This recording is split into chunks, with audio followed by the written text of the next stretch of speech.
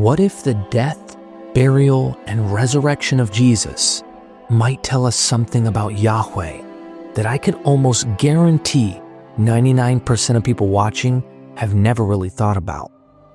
The death, burial, and resurrection of his Father, Yahweh. We don't have an explicit text preserved of this story, and we don't want to work backwards by assuming that Yahweh was at one point a dying and rising God.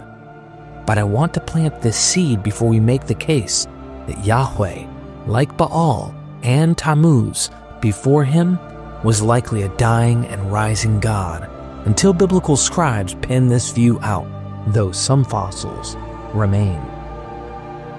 Hopefully this video may paint a picture which may lend reason for why the Yahweh rituals influenced the Christian stories of Jesus in his most central theme of salvation from death and a once-for-all solution to the cyclical cycle of creation with a new creation. Many scholars argue that Christianity received all its doctrines through Judaism alone, though Jews were thoroughly Hellenized centuries prior to Christianity. I want us to put down all the Roman and Greek sources for this thought-provoking angle. We may mention one or two, but let's focus mostly on Jewish. We know that Greek and Roman influences tampered with Christian and Jewish thought. However, walk with me down a path to consider whether the mythic idea of dying and rising from the dead was already in the DNA of the Old Testament with the Jewish God Yahweh. In the early 20th century, comparative scholars like James Frazer observed a widespread pattern in ancient religions. The motif of the dying and rising God, whose death and rebirth were ritually celebrated to mirror the annual cycle of nature. This idea, championed by the myth and rituals school, S.H. Hook, T. Gaster, and many others, suggested that many Near Eastern cults enacted sacred dramas of a god's demise and return each year, often linked to seasonal fertility. According to S.H. Hook, one of the most important elements in the ancient myth and ritual pattern was the myth of the dying and rising God, seen in its earliest form in the Tammuz myth. Traditionally, scholars applied this pattern to gods like Baal, Tammuz, Adonis, and Osiris. But members of the myth ritual school also argued that ancient Israel's worship of Yahweh preserved similar motifs. In this video, we will present a comprehensive narrative drawing on biblical texts, Ugaritic and Mesopotamian parallels, and the work of scholars such as S.H. Hook, F.F. Hivenberg, and Geo Widengren, and others, to argue that some ancient Israelites plausibly believed Yahweh was a dying and rising deity. We will trace motifs of Yahweh's sleep and awakening, ritual mourning and joy, divine absence and return, chaos and enthronement, and even linguistic echoes of the Baal and Tammuz cults within Israel's own traditions. The goal is to show in straightforward fashion how Israel's faith could absorb and transform the myth of the dying, rising God into its own unique theological drama, especially in the context of the autumn feast of booths, tabernacles, and other cultic celebrations. In this video, we will focus on the positive evidence for this interpretation, without delving into opposing viewpoints, in order to present a clear myth-ritual narrative. If you haven't already, be sure to hit the like button so the YouTube algorithm gods will resurrect this video in front of more people. And please consider joining our MythVision family by becoming a patron. Our MythVision Patreon could truly use your help. I can promise you, you won't find anything like this anywhere else on YouTube.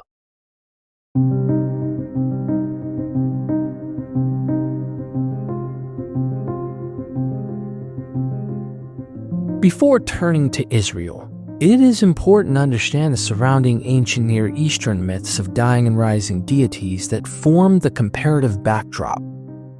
In the late Bronze Age city of Ugaritic, ancient Canaan, the storm god Baal was celebrated in myth and cult as a deity who died and returned to life. The Ugaritic Baal cycle vividly narrates Baal's conflict with Mot, death. Baal is vanquished by Mot, bringing drought and chaos to the land, and his body is taken to the underworld.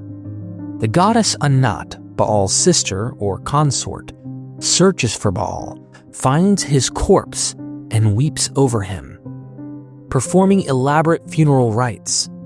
As one Ugaritic tablet describes, onto Anat's shoulders she lifts mighty Baal, and Anat bears him to the peaks of Mount Saphon, where she weeps for him and buries him. Anat slaughters 70 beasts as a funerary offering for Baal and entombs him in the earth. Her mourning is intense, like the heart of a cow for her calf is the heart of Anat for Baal. The heavens themselves languish in Baal's absence. No rain, no fertility. After Baal's death, the king of the gods, El, initially accepts that Baal is gone and even installs another figure, Athtar, on Baal's throne. But this replacement fails to measure up. This is the same Athtar behind the fall of Lucifer myth in Isaiah 14, which I did a video on already. Critically, after 7 years, according to some reconstructions, or a divinely significant interval, Baal is revived. El receives a vision or dream that Baal lives again, symbolized by the return of rains. If the heavens rain down oil and the wadis run with honey, then I will know that mighty Baal is alive, that the Prince, Lord of the earth, has revived. Exactly this occurs. The heavens do pour forth fertility, and El, the kind, the compassionate, is happy. He sets his feet on a footstool. He opens his mouth and laughs. Now I can relax, for mighty Baal has revived. Thus, Baal's resurrection is celebrated with shouts of joy and laughter by El and the other gods. The reinstated Baal then reclaims his throne on Mount Saphon, reigning again as the victorious Storm King who brings life-giving rain. In short, the Baal myth contains all the elements of the pattern: conflict, death, ritual mourning, then triumphant rebirth and enthronement.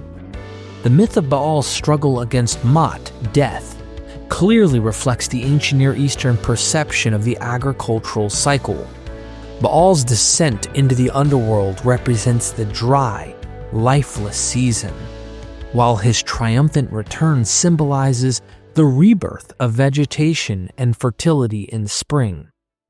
At Emar, located in modern-day Syria right on the Euphrates River, present-day Mesquines, this thematic rhythm appears similarly dramatized in a yearly celebration called the Zukru Festival, described on tablet Emar 6-373, where offerings and rituals celebrating renewal were performed annually in the springtime. The first offerings of the Zukru festival were sacrificed on the 14th of the month of the head of the year.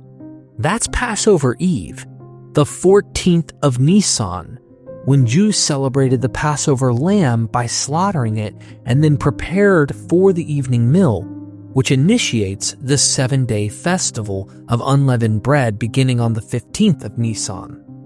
This 13th century BCE Emar tablet reads, "On the month of Sagmu, meaning the head of the year, on the 14th day, they offer 70 pure lambs provided by the king for all the 70 gods of the city of Emar." Scholars like Mark S. Smith, John Day, and Paula Corrente highlight that both the Baal narrative and the Emar rituals belong to a broader West Semitic tradition, wherein myth and ritual intertwine, reinforcing the community's hope for agricultural abundance through symbolic acts of death and renewal. Remarkably, the Emar tablet specifically mentions the offering of 70 pure lambs to 70 gods. This number echoes the 70 sons of El at Ugaritic, gods who presided over the cosmic order, and directly parallels the biblical tradition of the 70 sons of El Elyon mentioned in Deuteronomy 32, 8-9. When Elyon gave nations their inheritance, when he separated the sons of Adam, he set the boundaries of the peoples according to the number of the sons of God. You can see that this was a problem for later scribes because they scrubbed out that this divine council idea existed from that very text by changing the text to say sons of Israel instead of sons of God. Dr. Noga Darshan, in her work called The 70 Bulls Sacrificed at Sukkot, Numbers 29, 12-34, in light of a ritual text from Emar, Emar 6, 373, has some very enlightening things to say. In Ugaritic literature, the expression 70 children of Athirat signifies all the gods who are Athirat's offspring. The same expression, 70 with a dinger, 70 gods, also occurs in parallel with all the gods in the Song of Uli Kumi, a Hurro-Hittite work that contains several local Syrian motifs. A third Amorite text deals with the Kisu festival, in which 70 portions of bread and meat are ordered to be set before them, presumably the same 70 gods, symbolizing the whole pantheon. The Assyrians at Emar adopted much of the Mesopotamian culture at large, and have the same calendar as the Babylonians, which later Jews and Canaanites also adopted. Their two major festivals, Kisu and Zukru, coincide the same time of the year as Sukkot and Passover, Jewish festivals dedicated to Yahweh at the spring and the fall equinoxes. The Kisu at the fall coincides with Sukkot. Assyriologist D. Arnold, who translated the Emar 6 tablet, believed that the Kisu festival was a ritualistic death and resurrection annual celebration. According to Arnold, these festivals are a commemoration of the gods and goddesses' descent to the underworld and his later resurrection. In this ceremony, they would lay down the two gods as if they were burying the dead in a grave. Assyriologist Eu Filiu agrees and adds that the presence of ritual mourning of the women at this event solidifies this interpretation. You might not believe what I'm about to say next. Both scholars say there was a period of 3 days ritual mourning, lamenting, and women beating their breast in despair. Very similar to what we see with the mourning of Ishtar over Tammuz or Aphrodite over Adonis, found in Sappho's poems. This very ritual mourning is seen in the Gospels with Mary and others at the tomb with Jesus, who was also dead for 3 days according to the Gospels. The myth of Inanna's descent has a 3-day and 3-night death with ritual mourning as well. On the 4th day of Kisu, according to Arnold, the goddess is made to reappear. The mourning ceases and rejoicings follow.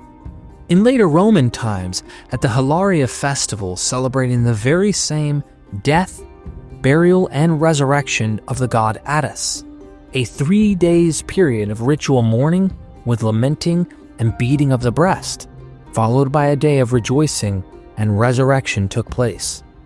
There clearly seems to be a common element in these festivals relating to the annual cycle of the seasons.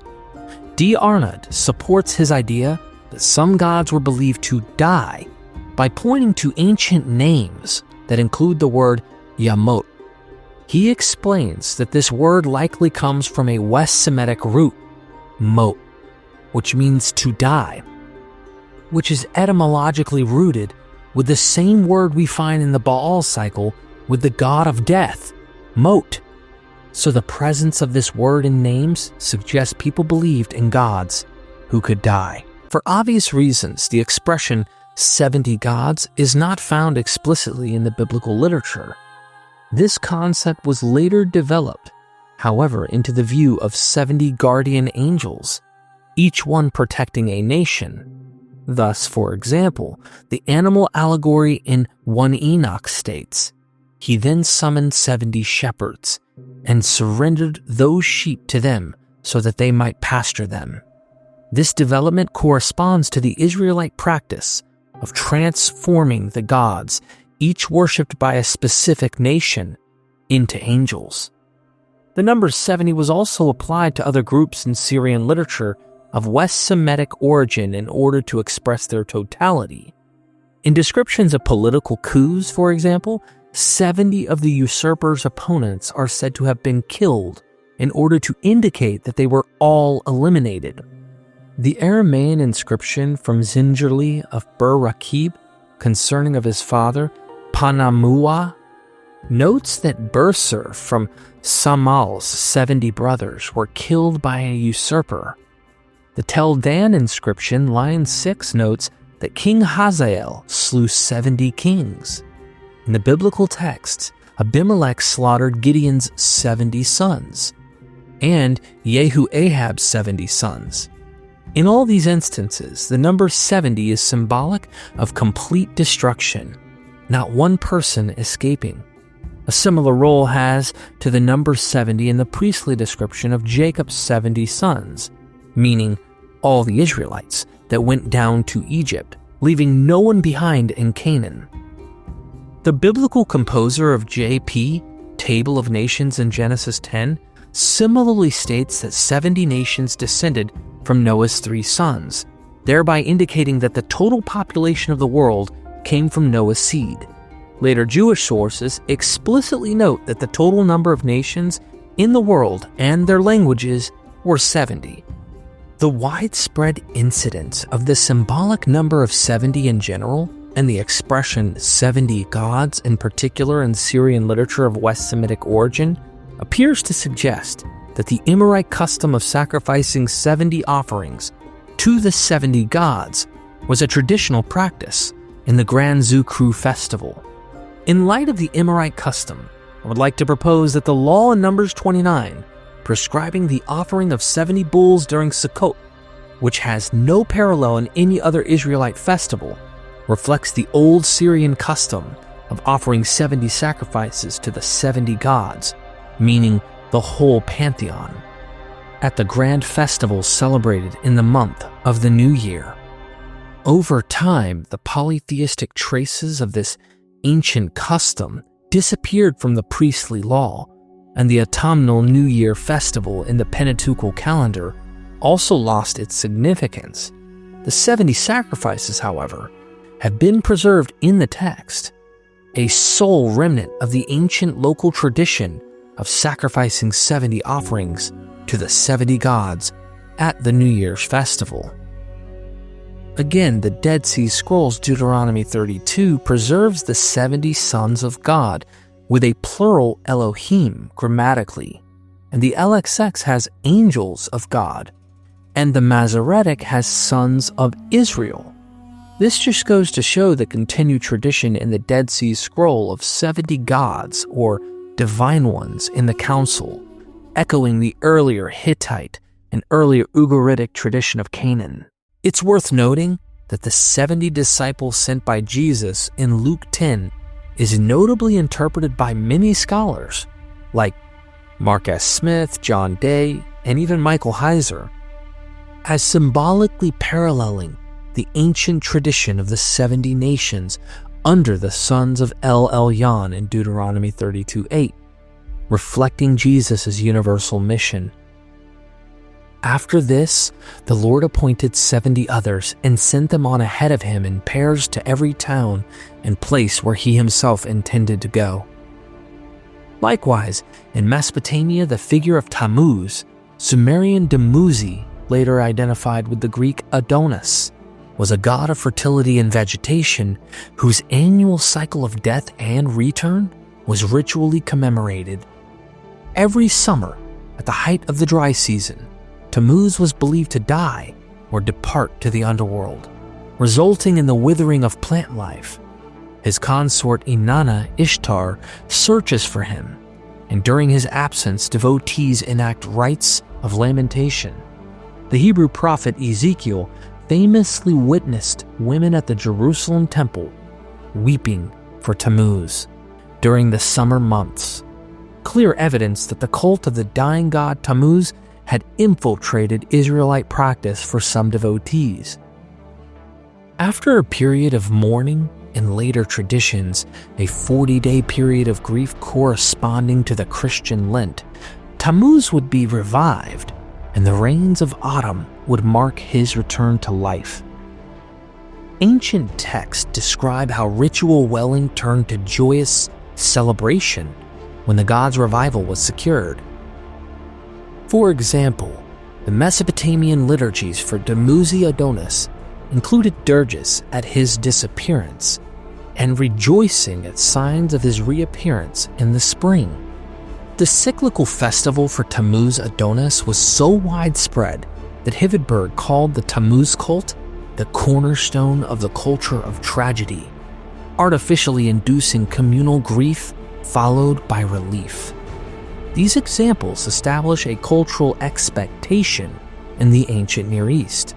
Gods of storm and fertility could die, disappear, or sleep, bringing calamity or drought, and then rise or awaken, restoring cosmos and joy. Notably, the language used in these myths often includes the deity being asleep or inert when in the death state, and then awakening when revived. The Ugaritic text has El declare that if Baal is alive, now I can sit back in peace, implying the end of chaos. Similarly, Anat's frantic mourning gives way to relief and laughter when Baal's vitality is confirmed. These patterns were ritually dramatized in New Year or harvest festivals. For instance, scholars interpret the Babylonian Akitu New Year festival as a cultic drama of Marduk's battle with chaos and possibly temporary death. In some versions, Marduk is imprisoned in the underworld and then released. Dr. Sidney Smith wrote in a chapter called The Practice of Kingship in Early Semitic Kingdoms. It seems quite certain from these that part of Marduk's story included an imprisonment in the mountain of the underworld, that his consort, Sarpanitum, was smeared with blood from his wounds, that the gods rescued him by boring a hole in the door of the mountain. Because Nisan is twice mentioned in this text, it has been inferred that all the events were represented in the Nisan rites. The text does not necessitate that view, and all else known conflicts with it, not least the joy and rejoicing at the festival. You see, an ancient tablet discovered in Assur from the 8th century BCE reveals compelling evidence that the Babylonian god Marduk, also known as Bel-Marduk, was believed to symbolically die and rise again during the New Year's festival celebrated in the spring month of Nisan. This ritual tablet vividly illustrates Marduk's death, imprisonment in a mountain, which symbolizes the underworld, and subsequent resurrection, paralleling seasonal rebirth and renewal. Well, you can call my bluff, or I can just show you the text myself so that you understand this does have deep significance to the overall dying and rising motifs in all the myths, including Christianity. This really makes me question a lot of scholarship when it comes to New Testament Christianity and why they're not seeing this. How come this is not factored in? Oh, this is agricultural. Jesus is not agricultural.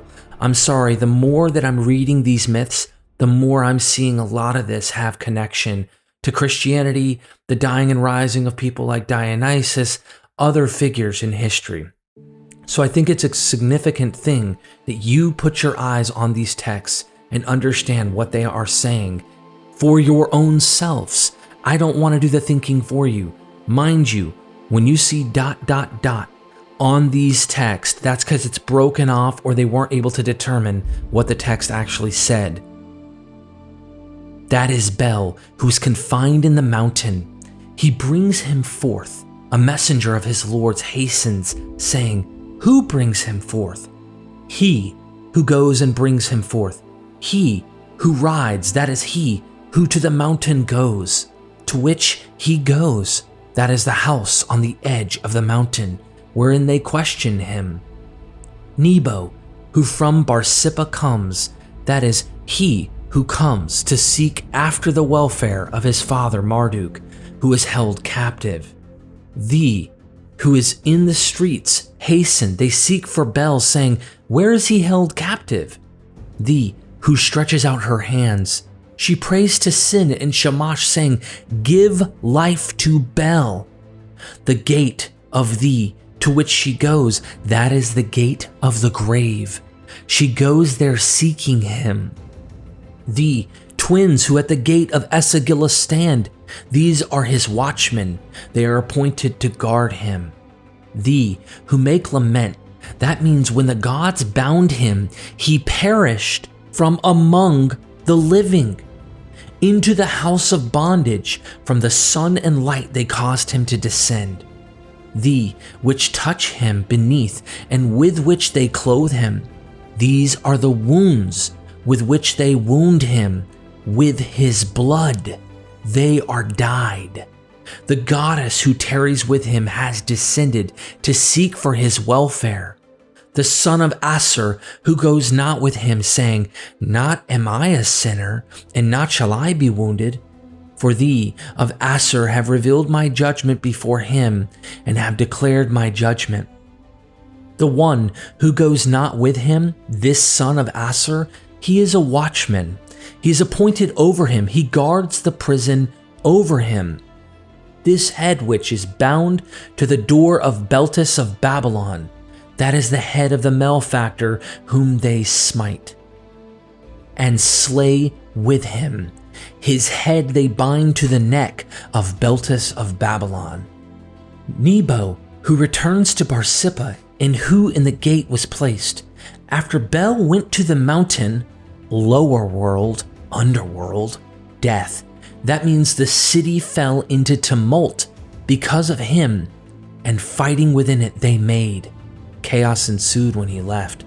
The reed pigsties which are before the way of Nebo, as he comes from Barsippa to adore him. Nebo who comes and stands over him and regards him. That means this sinner who is with Bel. That he is with Bel, he sees. The priest of incantation who go before him reciting an incantation, they are his people who wail before him. The Magi who goes before the Beltis of Babylon, that is the messenger, he weeps before her, saying unto the mountain, lower world, they have taken him. She goes down, saying, O my brother, O my brother. His garments which he causes to be brought to Beltis of Erech, these are his raiment, which they took from him. Reminds me of Inanna.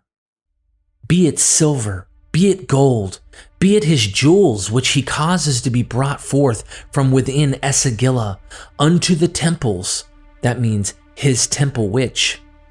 The Seritu garment in which he Marduk was clothed, that means in a coffin, Kadamu. The milk which before Ishtar of Nineveh they milk, that is she who reared him by suckling, showing him mercy. When on high, which is recited, and which before Bel in the month Nisan they sing because he was bound, it is, he was. Real quick, when on high we see in the Enuma Elish, this is a creation recitation, and this is celebrated the first month of the year, in Nisan, the same month that Jews celebrate as the first month. This is Easter, ladies and gentlemen. Continue in verse 35. Their prayers he prays, and their implorations he implores. This high priest recites, saying, these benefactions for Asher I do, saying, what is his sin? Thee who looks to heaven, that means he prays to Sin and Shamash, saying, restore me to life. Thee who looks toward the earth, that means that his has been placed thereon, and it is because he comes from within the mountain, the underworld. The herald who with bell to the house of the New Year's festival goes not out, that means thee of a prisoner he bears, and with him he sits. The Beltis of Babylon, who goes not into the house of the New Year's festival, that is the woman who is placed over the house. To her they say, thee, of the temple thou knowest, and again, watch the temple and with thy hands. Beltis of Babylon, who binds an atu garment on her back and a sipu of wool on her face. That is because she with her hand, the blood of the body which was poured out, wipes away. Thee before whom on the 8th of Nisan they slaughter a pig. That is the woman who is placed over the temple. They question her, saying, who is the malefactor? And again, they take away, and the malefactor they slay. Thee who come as he is slain. Thee who water quickly as they chant. The waters which they make muddy and cause to run away, they are the muddy waters which. Thee which they set forth which. Thee which in the month Nisan are exceedingly plentiful. That means when he was ceased, the water for the hand washing which they bring nigh after he has been taken away, that is the misery which. The seritu garment which is upon him is that of which they speak, saying, these waters, they mean sorrows. This is what they speak in the recital of when on high. When heaven and earth were not created, Ansar came into being. When city and house were made, he came into being. And the waters which upon Ansar were separated. This one whose sin is, in a Kadamu he is, and in water is he not covered, the Kadamu? The race which in the month of Nisan before Bel and all the sacred places they run in frenzy. That means when Asur sent Ninurta to conquer the god Zu, Ninurta, before Asur spoke, saying, Zu is conquered, and Asur spoke to the god Nusku, saying, hasten unto all the gods, announce the tidings. He announced the tidings to them, and they rejoiced. All the words which therein the psalmist recite, the plunder which they take as they cause him to be felled, that means that the gods, his fathers, Nusku, who passes by Esabad, he is the messenger. Gula sends him on his, Bel's behalf. The clothing and sandals which they bring into the temple of Beltis of Babylon, this corresponds to, he brings them to her. For him whom they allow not to escape and who cannot come forth. The chariot which goes speeding to the house of New Year's sacrifice without its master, that means that without a master, Bel, it runs swiftly. And the dumbfounded goddess who from the city goes wailing, that is his woman weller, who from the city goes weeping. The door with aperture, as they call it, that means that the gods confined him. He entered into the house, and before him one locked the door. They bored holes into the door, and they waged war or battle.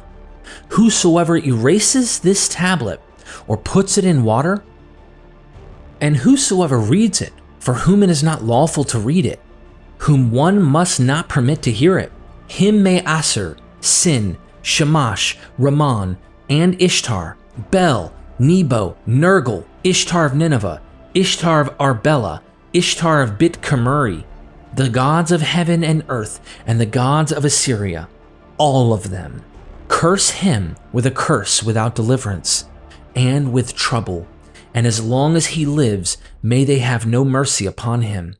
his name and his seed from the land they may cause to depart, and may they place his flesh in the mouth of dogs. Ladies and gentlemen, I sure hope that that's not one of us getting cursed for even knowing what this says, but it sounds kind of like the book of Revelation. Anyone who tries to rewrite or tweak or adjust sounds like an interesting tradition. But what's also ironic is this is the 8th century BCE, ladies and gentlemen. Very ancient dying and rising Marduk texts. The tablet explicitly states that Bel-Marduk was confined in the mountain, clearly indicating his symbolic burial within the underworld. This act of confinement was considered grave, as the text describes. When the gods bound him, he perished from among the living, highlighting Marduk's symbolic death. His wounds and suffering are depicted vividly, stating that these are the wounds with which they wound him. With his blood, they are dyed, portraying a dramatic and tangible sense of sacrifice and death. Adding to the drama, the goddess Beltis, Sarpanitum, Marduk's consort, is described as actively seeking him, emotionally pleading for his restoration, and prays to Sin and Shamash, saying, "Give life to Bel." Her search leads her directly to the Gate of the Grave, signifying her descent into the underworld to rescue him. The powerful imagery of mourning and intercession underscores the seriousness and depth of Marduk's symbolic demise. The text further reveals a dramatic rescue by the gods, as they bored holes into the door, and there they waged battle, effectively breaking open Marduk's mountain prison to free him. Nebo specifically journeys from Barsippa to seek after the welfare of his father, Marduk, who was held captive, emphasizing divine intervention and active rescue.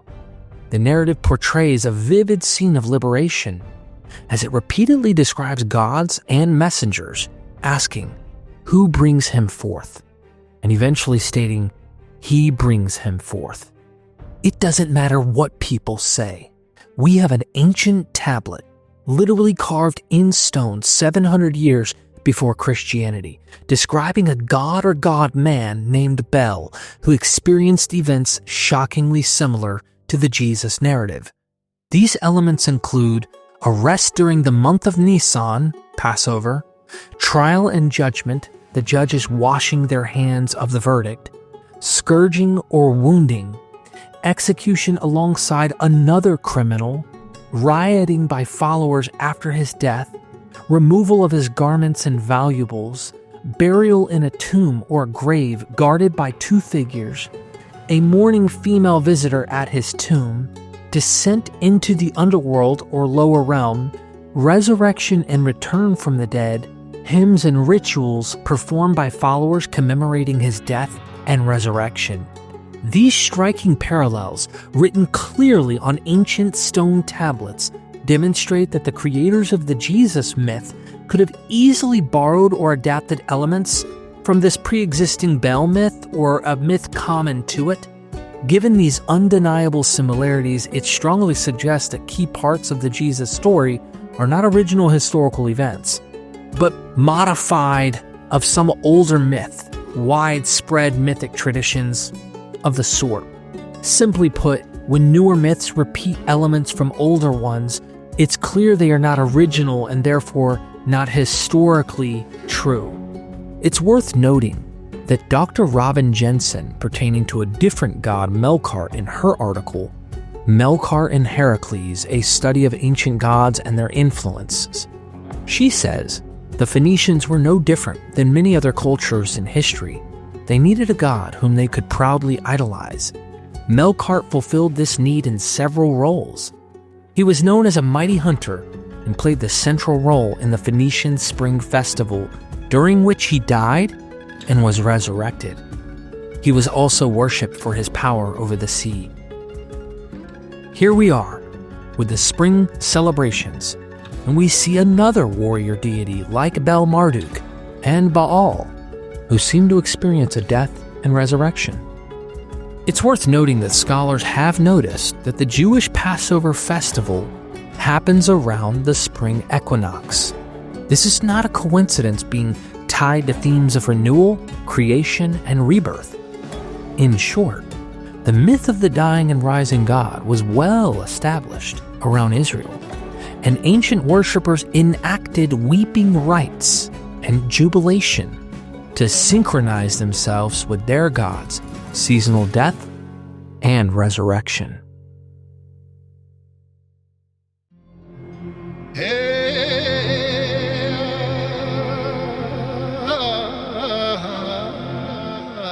Against this backdrop, a number of biblical scholars, especially in the mid-20th century, argued that ancient Israelite religion preserved a myth ritual pattern strikingly similar to the Baal Tammuz cults, reinterpreted in service of Yahweh, the God of Israel. Members of the myth and ritual school proposed that Israel, particularly in the monarchic period, from around 1000 to 586 BCE, celebrated an annual festival in which Yahweh's kingship was reaffirmed through rites that mirrored the death and revival motif. Geo Wittengren, a prominent historian of religion, explicitly posited that Yahweh was portrayed as a dying and rising God in Israel's cultic year.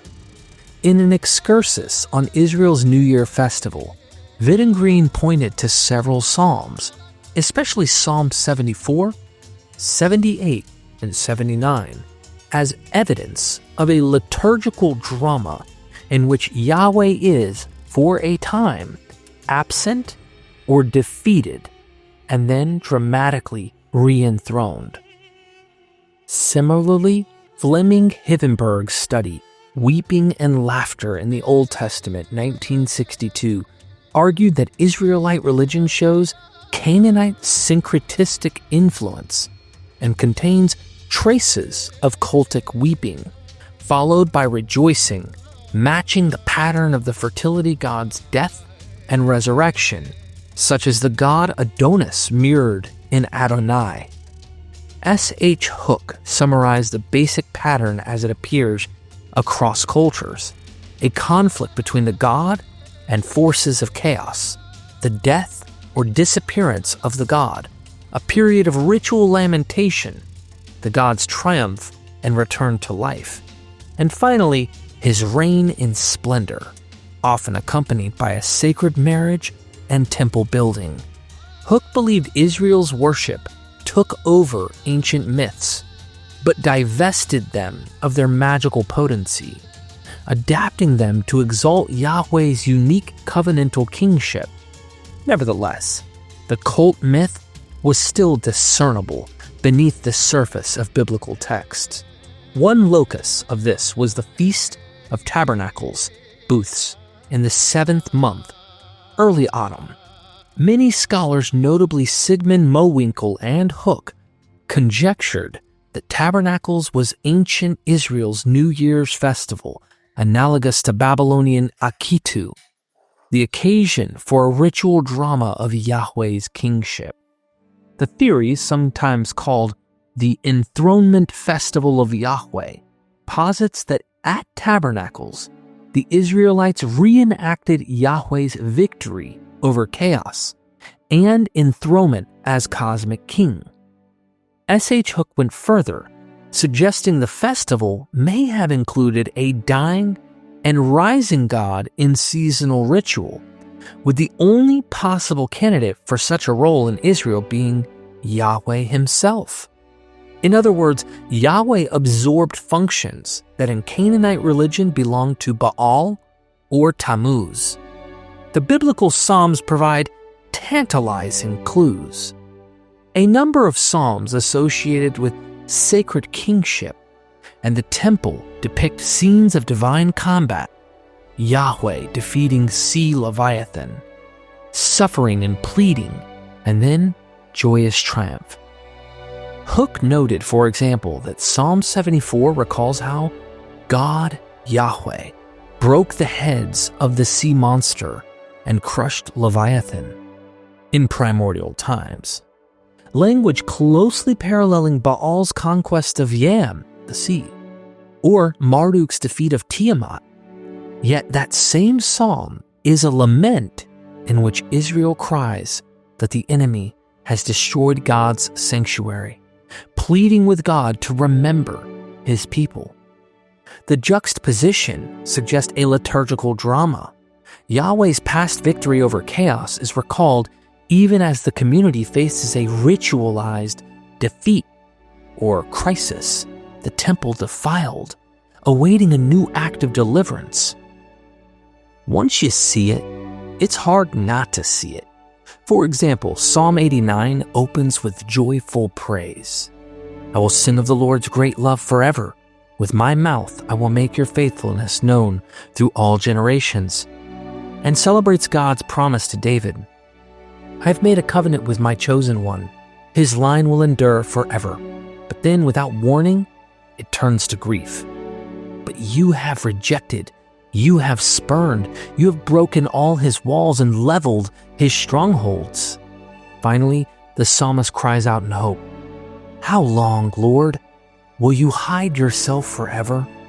Arise, Lord, in your strength come to our aid. This simple back and forth, from confident praise to painful lament, to begging for a rescue, paints a picture of God's favor seeming to die and needing to be raised again in the people's lives. A key piece of evidence for a myth ritual pattern in Israel is Psalm 78, which encapsulates the drama from divine abandonment to restoration. This psalm poetically recounts Israel's history and specifically describes a disaster at Shiloh, the old shrine where the Ark of the Covenant was kept. It says God forsook his dwelling at Shiloh and delivered his power to captivity, his glory to the hand of the foe, and that Israel's young men were slain and priests fell by the sword. This refers to the Philistine capture of the Ark, God's throne, described in 1 Samuel 4, an event tantamount to the death or exile of Yahweh's presence. Indeed, an Israelite observer marked that catastrophe by naming a child Ichabod, meaning the glory has departed. His daughter-in-law, the wife of Phinehas, was pregnant and near the time of delivery when she heard the news that the Ark of God had been captured and that her father-in-law and her husband were dead. She went into labor and gave birth, but was overcome by her labor pains. As she was dying, the woman attending her said, "Don't despair. You have given birth to a son." But she did not respond or pay any attention. She named the boy Ichabod, saying the glory has departed from Israel because of the capture of the Ark of God and the deaths of her father-in-law and her husband. She said, the glory has departed from Israel, for the Ark of God has been captured. Very much sounding like a death, a mourning, a very negative, dying situation. As theologian Trevor Lawrence describes it, Yahweh himself, in a sense, became a prisoner of war, taken captive by a foreign nation and subjected to the death of exile. In the psalm, where it's commenting on this Philistine defeat, this lowest moment, equivalent to being buried and dead, is immediately followed by a startling reversal. Let's look at it together. He abandoned the tabernacle of Shiloh, the tent he had set up among humans. He sent the ark of his might into captivity, his splendor into the hands of the enemy. He gave his people over to the sword. He was furious with his inheritance. Fire consumed their young men, and their young women had no wedding songs. Their priests were put to the sword, and their widows could not weep. Then the Lord awoke as from sleep. Here's that death observation. As a warrior wakes from the stupor of wine, he beat back his enemies. He put them to everlasting shame. Then he rejected the tents of Joseph He did not choose the tribe of Ephraim, but he chose the tribe of Judah, Mount Zion, which he loved. In the Samuel narrative, after the ark's capture, the Philistines placed it in their god Dagon's temple. Yahweh then dramatically humbled Dagon, causing Dagon's idol to fall and shatter on the third day, and afflicted the Philistines with plagues until they returned the ark. The third day motif echoes the resurrection of Jonah out of his death. In Jonah 1 we read, "But the Lord provided a large fish to swallow up Jonah, and Jonah was in the belly of the fish for 3 days and 3 nights." Jonah describes this belly of the deep, Sheol, or death. No wonder the New Testament says, "For as Jonah was 3 days and 3 nights in the belly of the great fish, so will the Son of Man be 3 days and 3 nights in the heart of the earth." The psalm portrays this as Yahweh waking up and routing the foe, imagery strongly reminiscent of a God who had been asleep or inert, dead, and suddenly reawakens to win victory. Notably, the very phrase, "awoke as from sleep," echoes the mythic vocabulary of resurrection. As scholar H. Wheeler Robinson observed, the Hebrew theologian shared a mythic vocabulary with neighboring cultures, but gave it new application. The cry, "awake," directed to a deity, is elsewhere a hallmark of Tammuz and Baal's liturgies, as when mourners would call the dead god to arise. In fact, H.J. Cross proposed that the biblical cultic shout, "Awake, O Lord," in Psalm 44, is a vestige of Tammuz's cult transplanted into Israel's worship. The biblical text itself preserves such an invocation, for example. "Rouse yourself. Why do you sleep, O Lord? Awake. Do not reject us forever." Psalm 44:23. This would have been shocking if taken literally. Yahweh sleeping? Yet in a ritual context, it makes sense as part of a drama wherein the people facing divine wrath or absence implore God to reappear.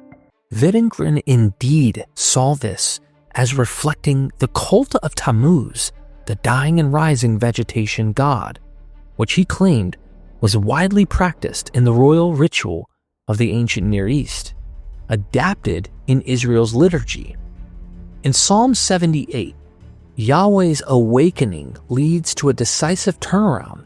Yahweh rejected the tent of Joseph, the old shrine, and chose Mount Zion, establishing there his sanctuary like the high heavens, and raising up the Davidic shepherd king, Psalm 78, 67-72. In other words, after the crisis comes a new act of creation and kingship. Yahweh takes his throne in Jerusalem amid rejoicing. We might call this entire narrative arc the death and resurrection of the glory of God, as the Cataclesia Institute aptly terms it. From such texts, scholars like Hooke, Hivenberg, and Wittengren built the case that Israel's autumn festival included a cultic drama of Yahweh's temporary defeat or absence and ultimate triumph.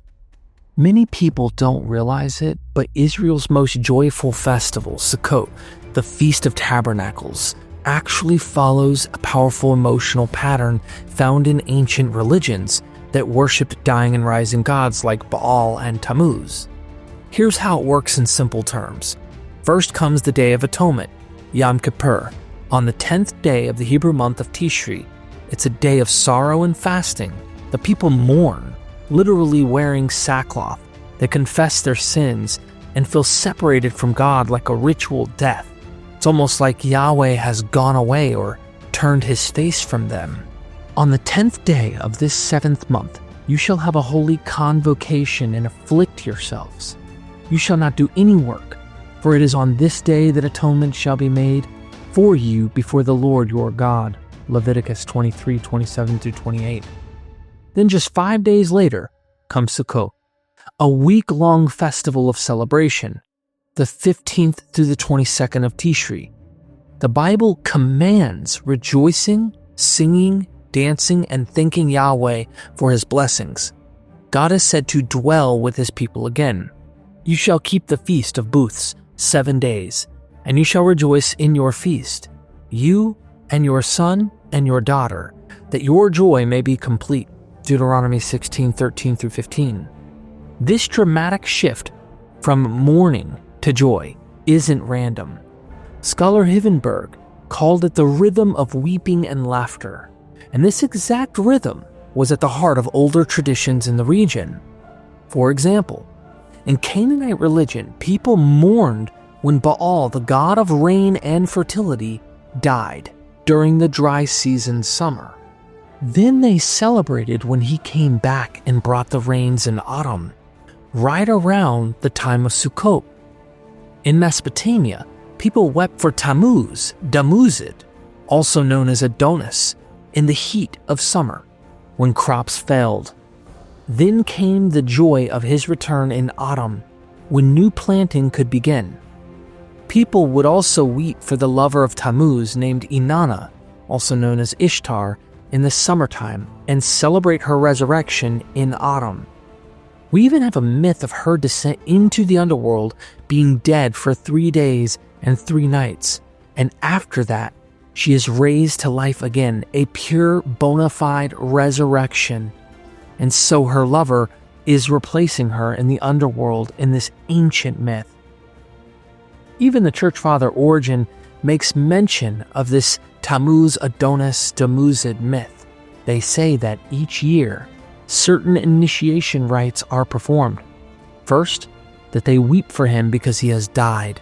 Second, that they rejoice over him as one who has risen from the dead. This is in Origen's excerpts on Ezekiel, the very place where the women go to the Jerusalem temple to mourn for Tammuz. The Israelites seem to have absorbed this emotional and ritual structure into their own calendar. But instead of saying Yahweh died, they reinterpreted this.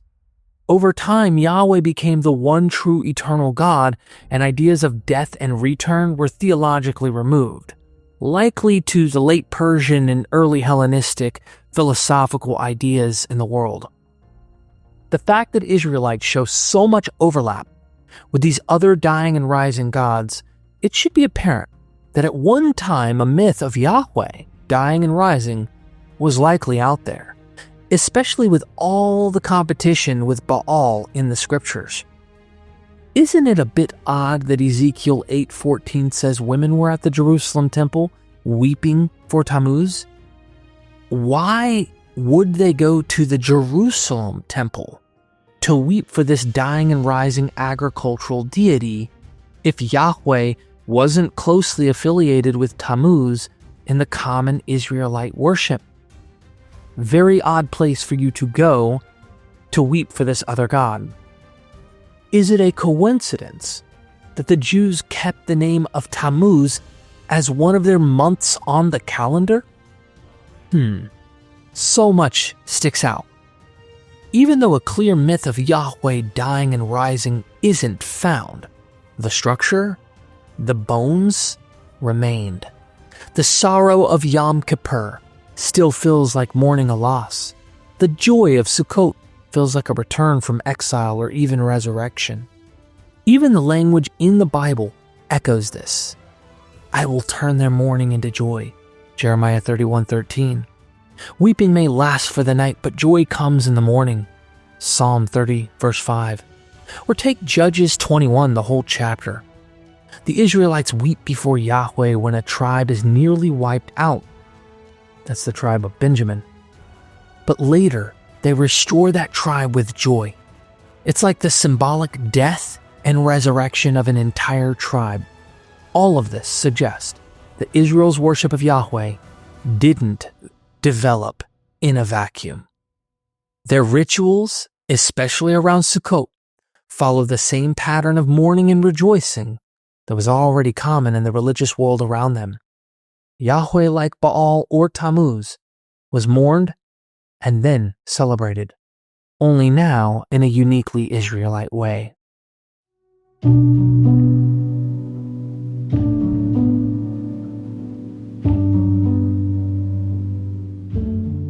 Let us now survey motifs in the Hebrew Bible that support the idea that Yahweh, in some Israelite conceptions, underwent a form of death and rebirth.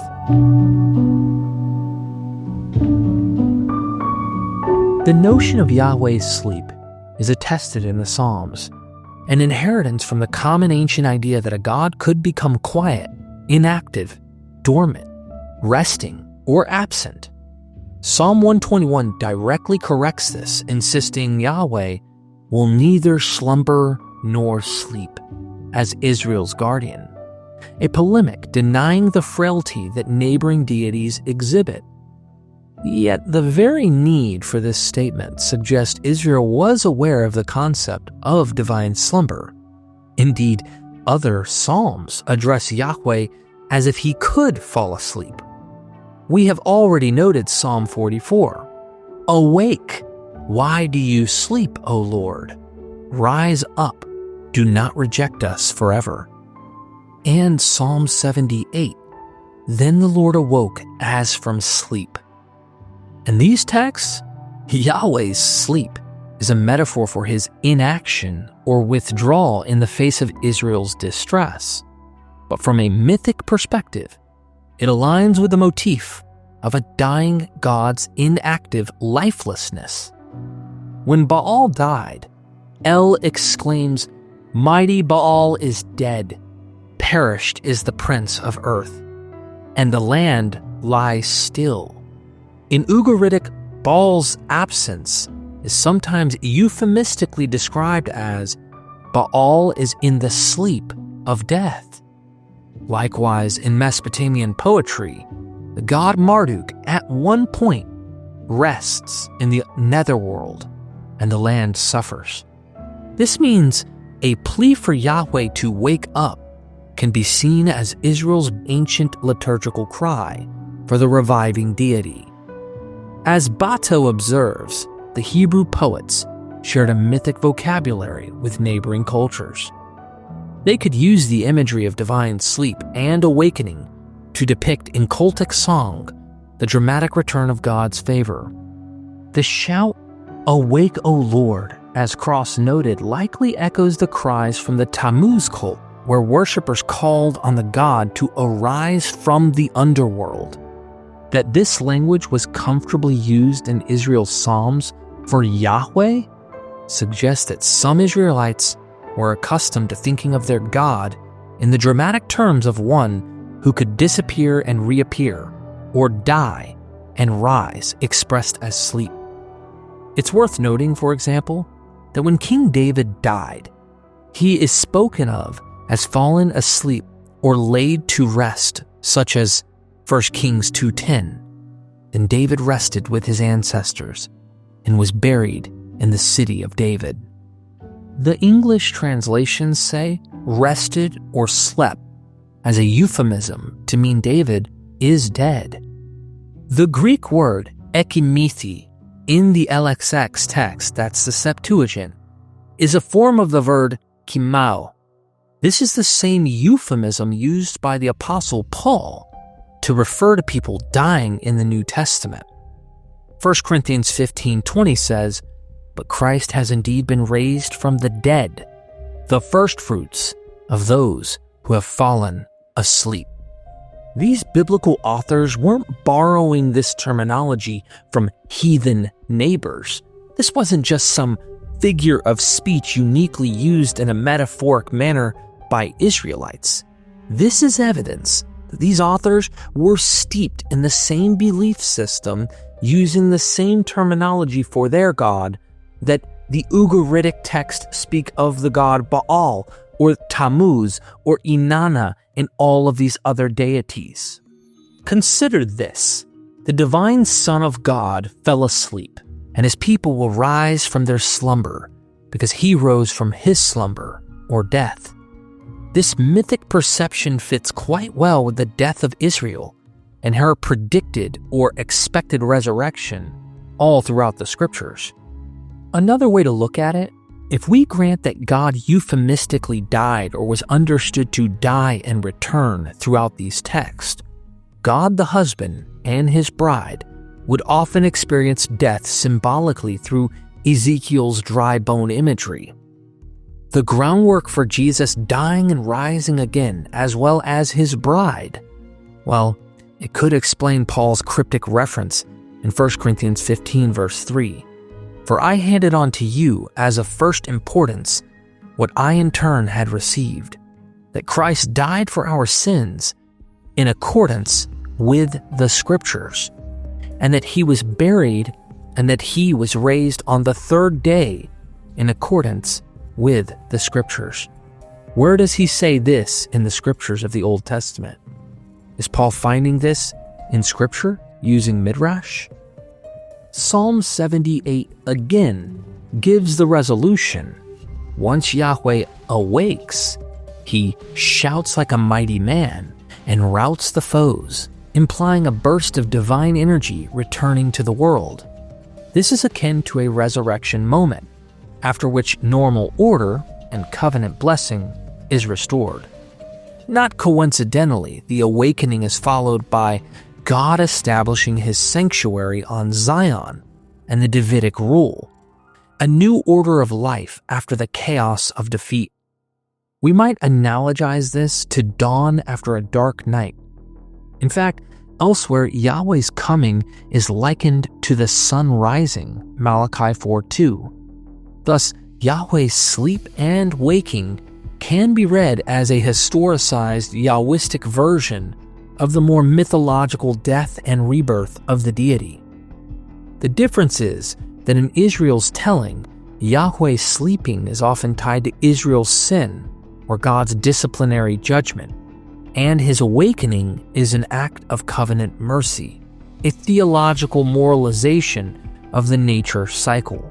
But formally, the pattern is the same as the old myth: distress when the god is absent or inactive, followed by deliverance when the god returns to action.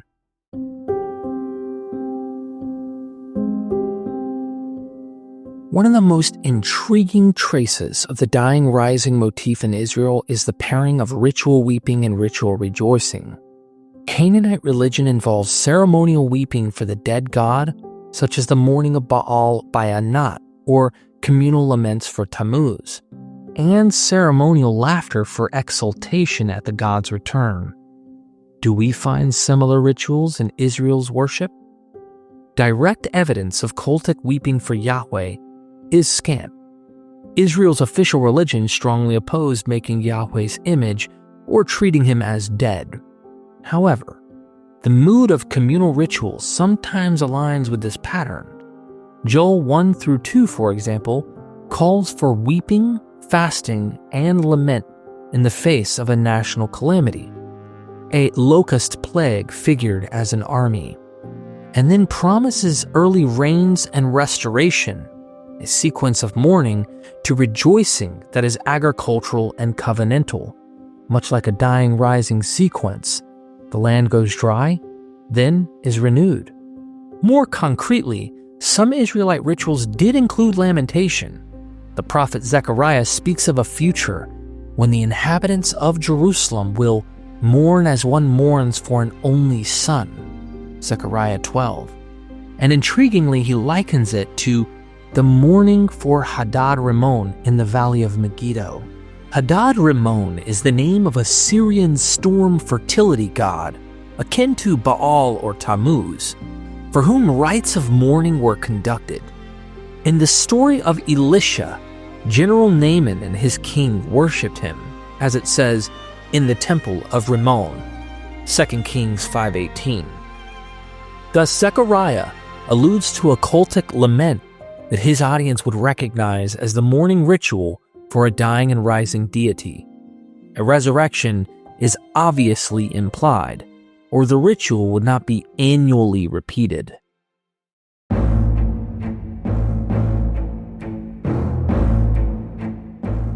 Another core element of the myth ritual pattern is the enthronement of the god king after victory over chaos.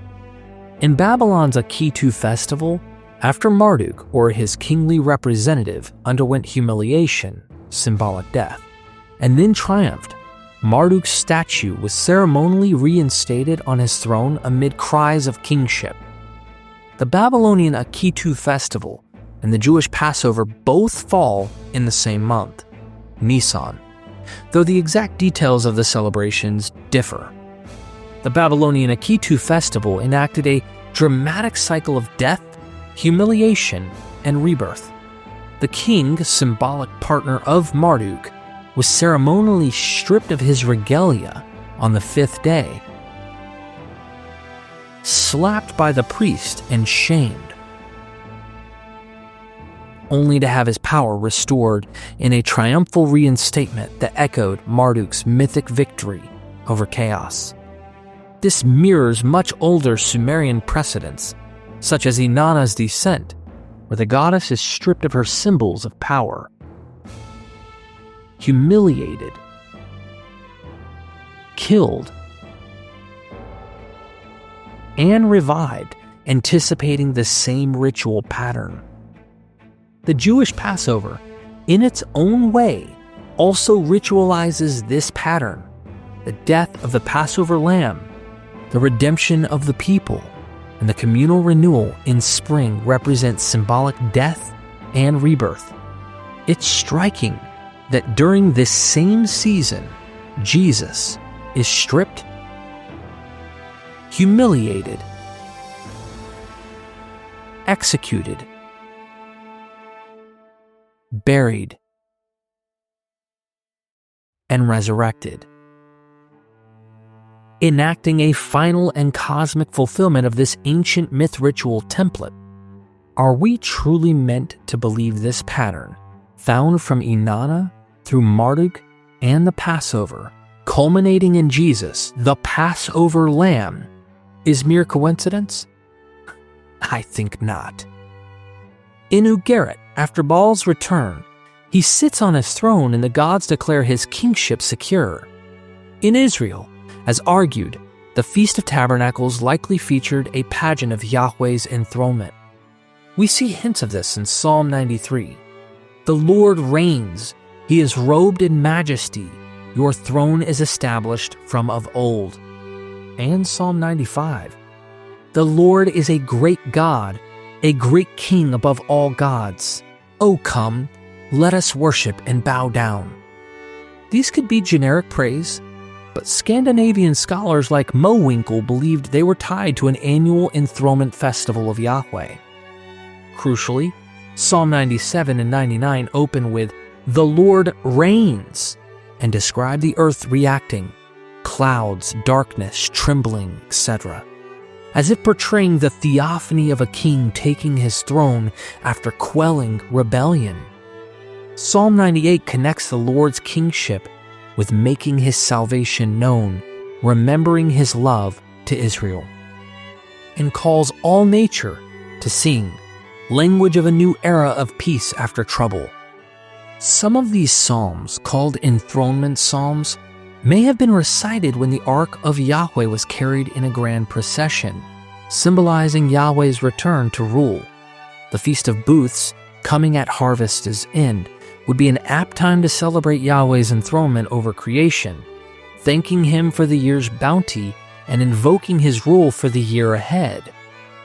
One theory is that the earthly king of Israel, the Davidic king, may have played a role in the ritual, perhaps symbolically standing in for Yahweh in a drama.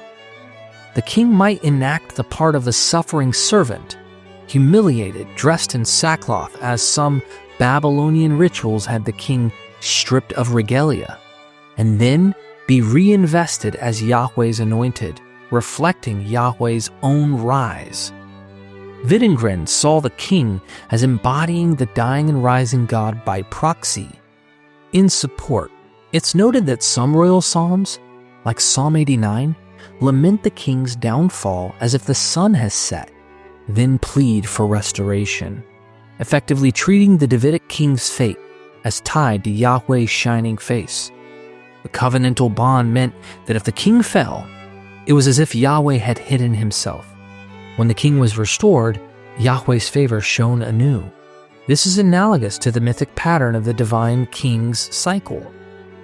We should also mention the cultic cry, Yahweh Malak, Yahweh has become king, which may have been uttered in the festival. Critics long debated if Israel truly had a ceremony proclaiming Yahweh's kingship annually, or if his kingship was a continual given.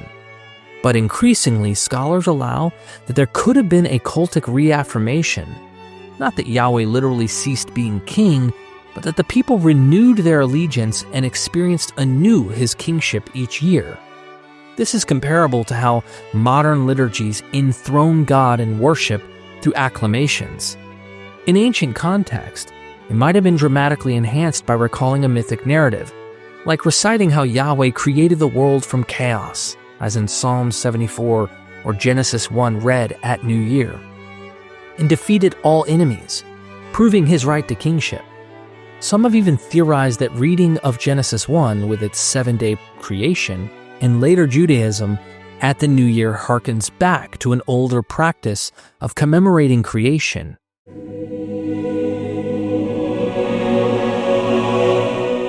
Now let's look at some terminology and echoes in Israel's language that reveals the influence of the Baal Tammuz traditions. One obvious example is the very word Baal. In early Israel, it seems Baal could be used as a title for Yahweh, meaning Lord. Place names like Baal Peor, or personal names like Jerubbaal, Gideon's name, indicate that Baal was not initially a forbidden word. Hosea 2:16 famously prophesies that Israel will stop calling Yahweh my Baal, Baali, and call him my husband, Ishi, instead to avoid confusion with the Canaanite Baal. This implies that at one time, some Israelites did address Yahweh as Baal, effectively identifying him with the local fertility lord.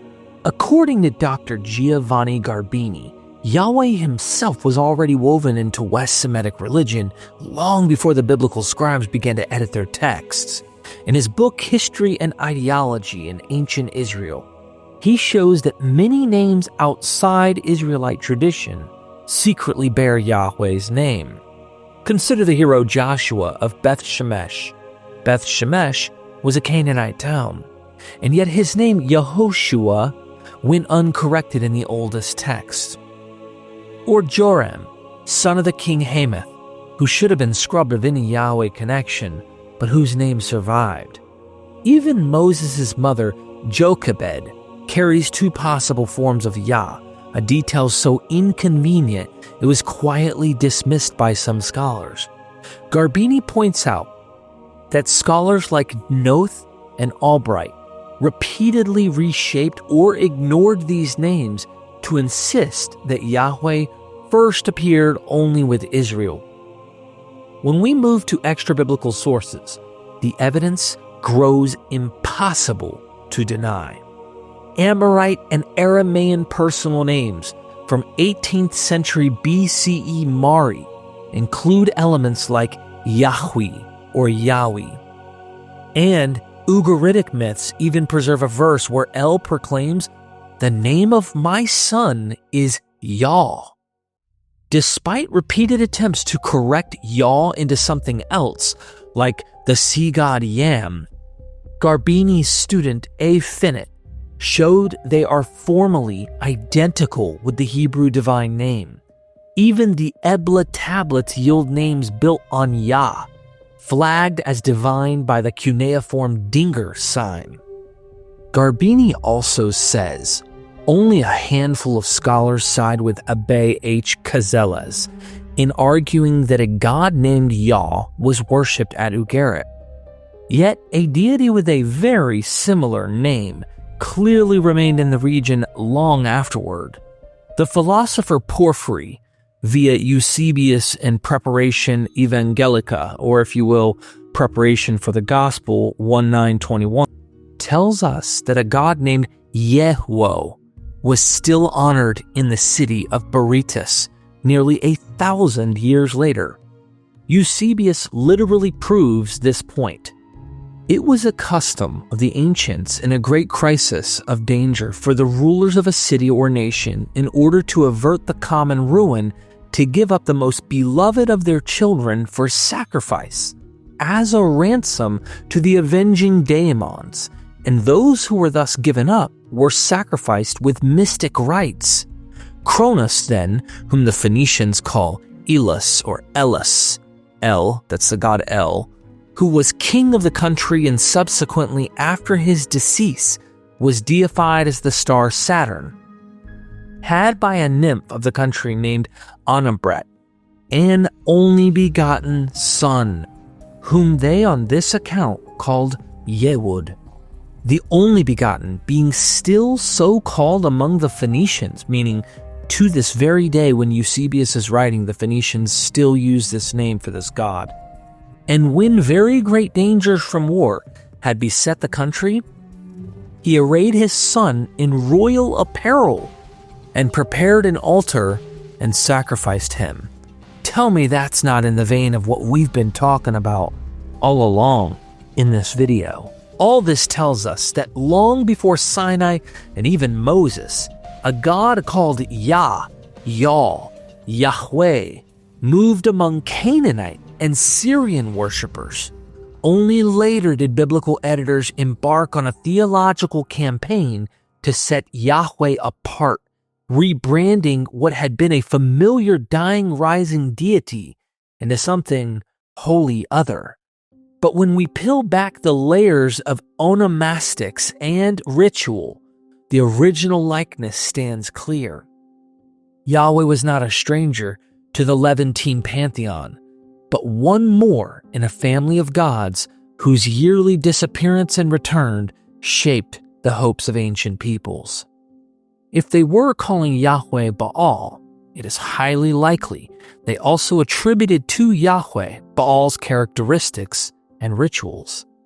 Thus, the linguistic overlap suggests a conceptual overlap. Yahweh, like Baal, was seen as the one who dies and revives the land.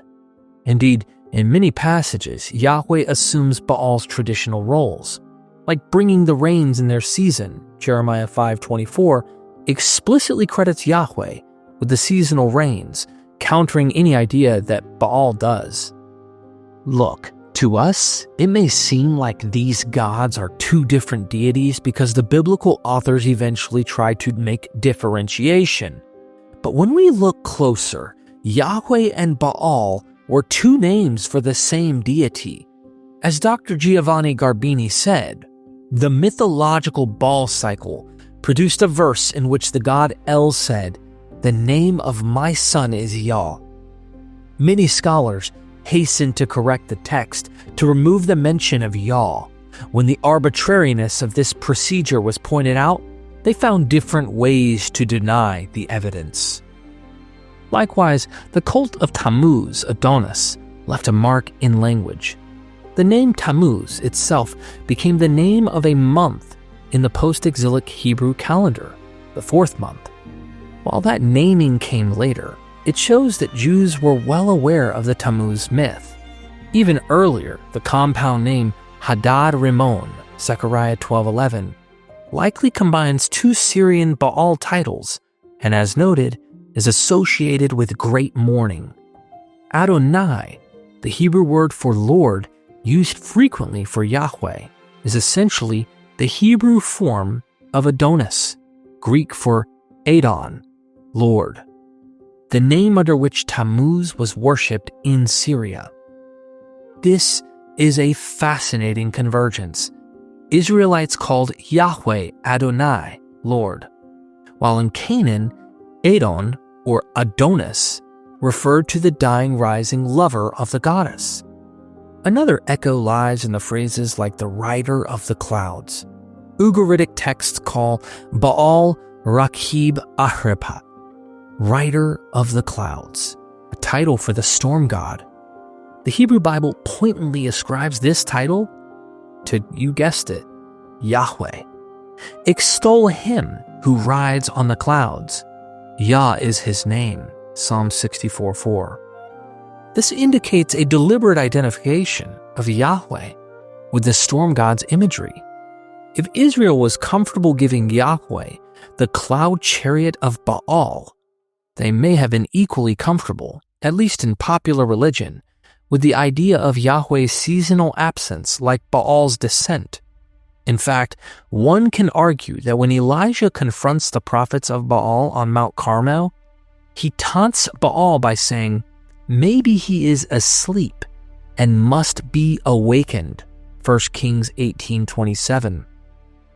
This jibe only makes sense if the audience knew the notion of a god who might be sleeping, likely a reference to Baal's known mythic pattern of falling asleep, dying, and later awakening.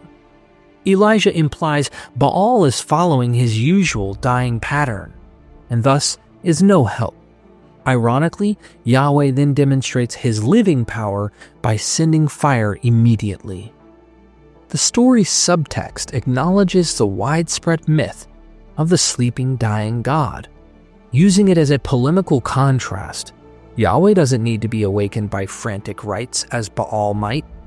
Yet, as we have seen, other Israelite texts freely use the awaken motif for Yahweh in a positive way when ritually appropriate. This dual attitude, polemic on one hand, adaptation on the other, simply reflects the complexity of Israel's religious development.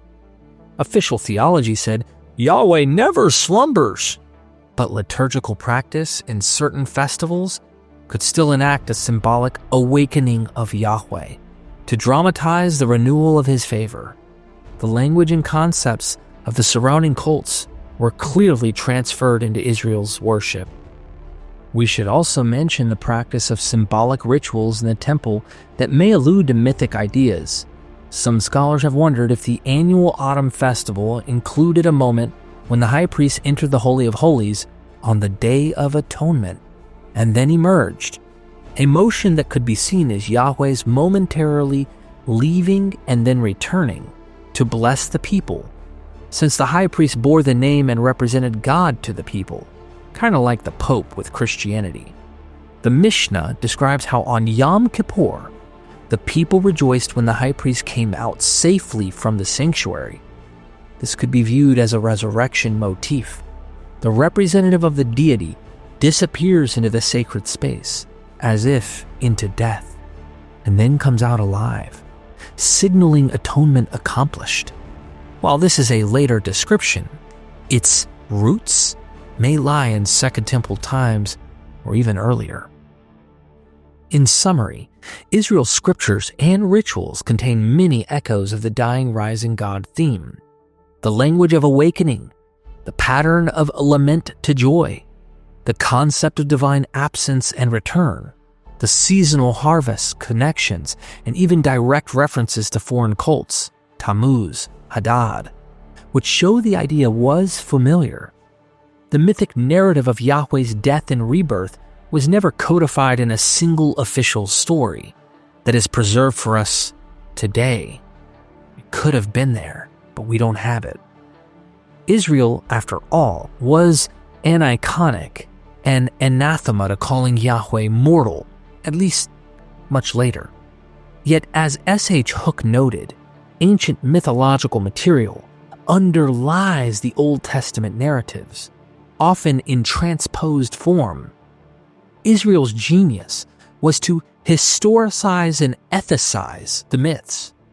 The Exodus from Egypt, for example, takes on the role of a victory over chaos event. Pharaoh and the sea are vanquished, and the exile and return become the grand death revival of the nation under Yahweh. But concurrently, the cultic celebrations allowed participants to relive these salvific events in cyclical time, effectively aligning them with seasonal dying and rising patterns. As H.G. May wrote as early as 1932, the fertility cult in Hosea and other prophets is a key background, meaning the prophet's imagery of resurrection, like Hosea's third day, Ezekiel's bones, Isaiah's wiping of tears and swallowing of death in Isaiah 25, all speak to a populace that understood resurrection symbolism from agricultural cults.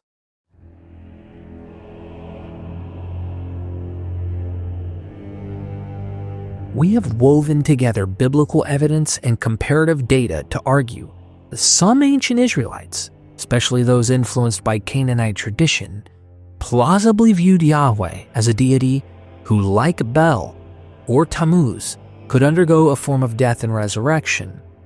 This view was not spelled out in a formal dogma, but expressed through motifs and rituals, calls for Yahweh to awake from apparent slumber, communal weeping in times of drought, or defeat followed by euphoric rejoicing at God's saving intervention, the enthronement, shout of Yahweh's kingship each new year, and the language of revival on the third day.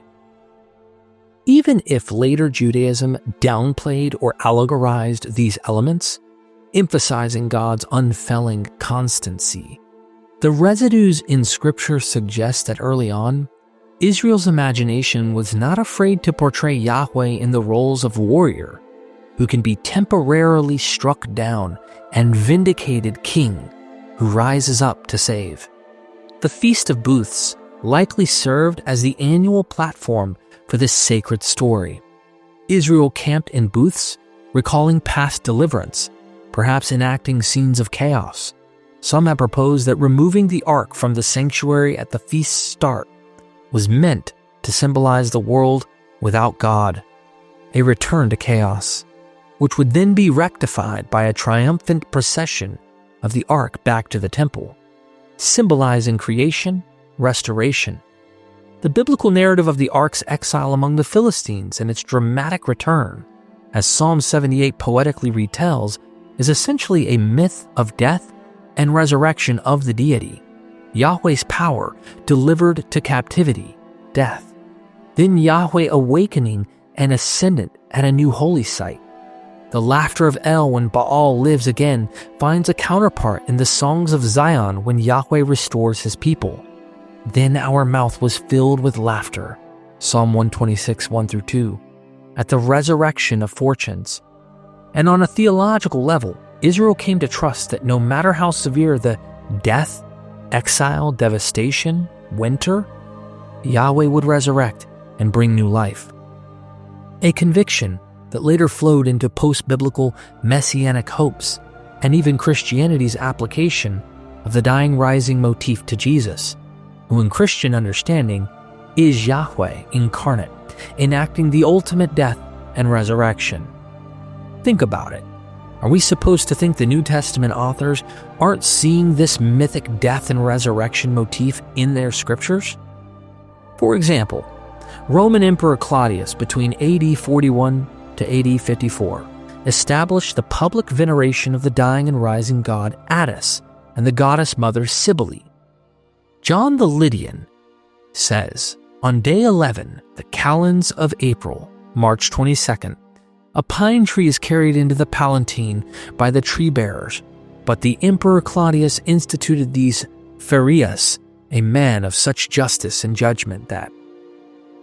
Scholars widely agree that the Attis and Cybele cult, especially the ritual of Attis's death, humiliation, and resurrection, drew on long-standing Near Eastern traditions of dying and rising gods, particularly the Canaanite Greek Adonis and the Mesopotamian Damuzi, Tammuz.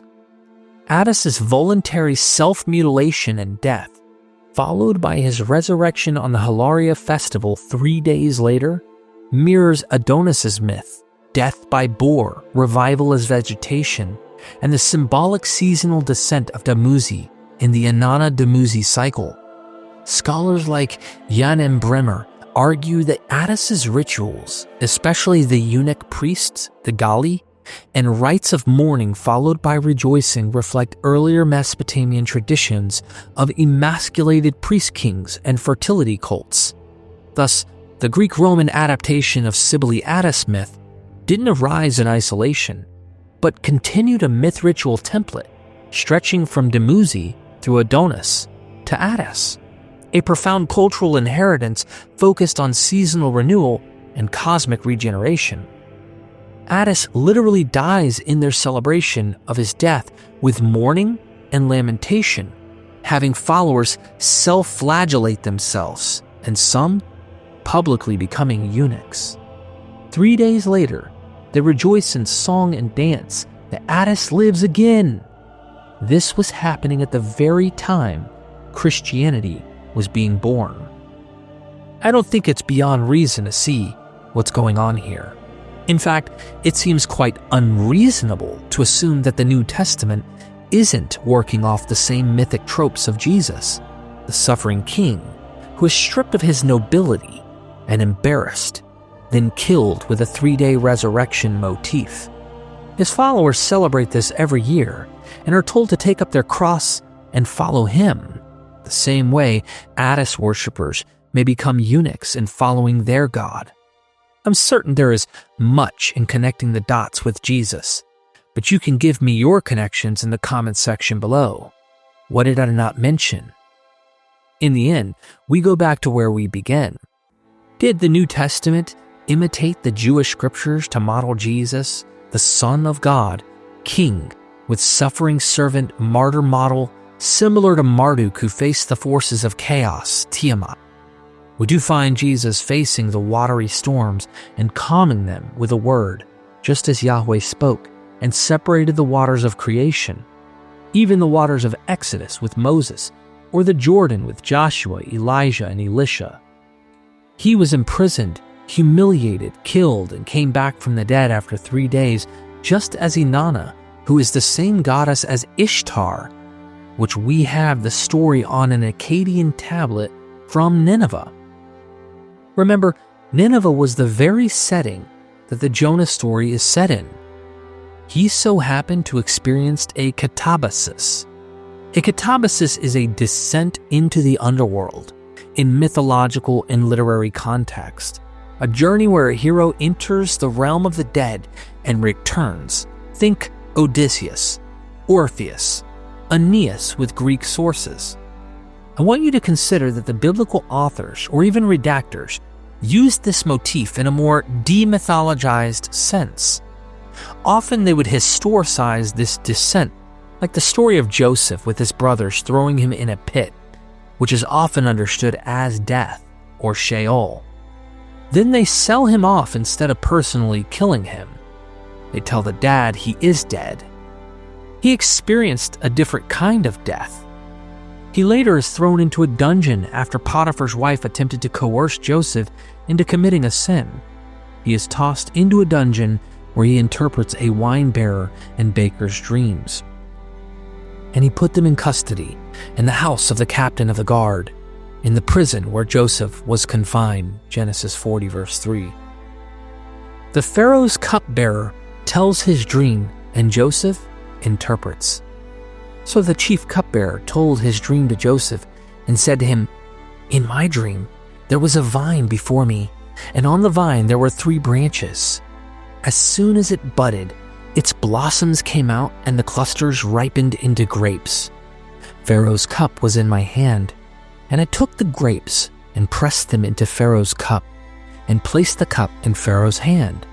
Then Joseph said to him, "This is its interpretation. The 3 branches are 3 days. Within 3 days, Pharaoh will lift up your head and restore you to your office, and you shall place Pharaoh's cup in his hand, just as you used to do when you were his cupbearer. But remember me when it is well with you. Please do me the kindness to make mention of me to Pharaoh, and so get me out of this place. For in fact, I was stolen out of the land of the Hebrews, and here also I have done nothing that they should have put me into the dungeon." Genesis 40, 9 through 15. Did you notice anything interesting here? This sounds exactly like the Last Supper motif. The 3 days motif, the wine being central and Joseph, the proto-Christ asking the cupbearer to remember him. And Jesus says, in the same way, after supper, he took the cup, saying, "This cup is the new covenant in my blood." Do this whenever you drink it, in remembrance of me. 1 Corinthians 11:25. Then the chief baker with Joseph tells his side of things. When the chief baker saw that the interpretation was favorable, he said to Joseph, I also had a dream. There were 3 cake baskets on my head, and in the uppermost basket there were all sorts of baked food for Pharaoh, but the birds were eating it out of the basket on my head. And Joseph answered, This is its interpretation. The 3 baskets are 3 days. Within 3 days Pharaoh will lift up your head from you and hang you on a pole, and the birds will eat the flesh from you. Genesis 40:16-19. On the 3rd day, which was Pharaoh's birthday, he made a feast for all his servants and lifted up the head of the chief cupbearer and the head of the chief baker among his servants.